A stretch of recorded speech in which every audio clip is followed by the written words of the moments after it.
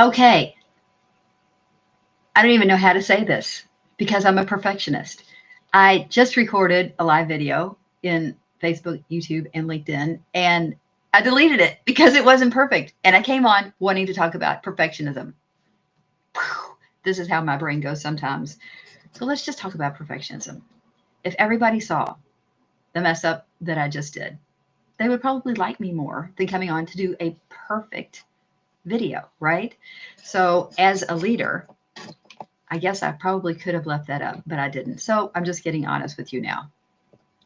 It doesn't feel really great. I just did a podcast this morning on perfectionism and people pleasing and procrastination. And that really wasn't what the topic was. It was on being a leader when you're in long term recovery. And the podcast host was Valerie Ryder, and she is a health and wellness coach out of Leesburg, Virginia. So you can look her up. We're friends on LinkedIn. You can find her on my LinkedIn page and on my Facebook page if you want to connect with her.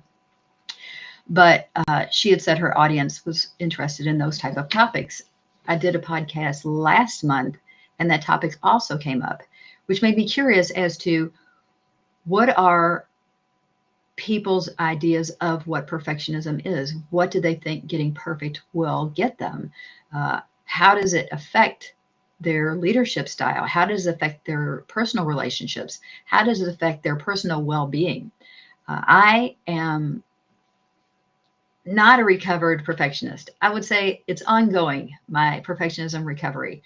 And here is how it looks. It looks like me being anal retentive when I'm cleaning, that no one else can load the dishwasher the same way. That when I am doing content creation, it has to be exactly right and has to sound exactly great so that people will want to read it more. When I am on this, when I'm doing this, I want to look just right and sound just right. And guess what? I'm not. My hair's a mess. I don't have much makeup on. Most of it came off. And my office is a mess. If you knew what my leadership was like when I'm thinking about being perfect there, it's stress, an internal stress that I have that people aren't doing things the way I think they should be done so things run smoothly. Now, why do I think this way? Because I grew up in a house where perfectionism was an issue. My mom used to always accuse my dad of being perfect in a sarcastic way. And then it kind of transferred down to me. You're just like your dad. You think you're always perfect.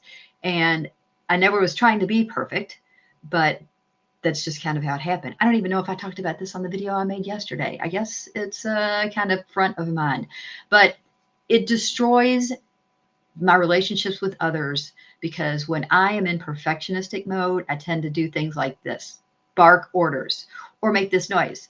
Well, I don't make this noise, but I'm sure this is what it sounds like on the other end. I stick my finger in their face. All of those cut off kind, loving communication.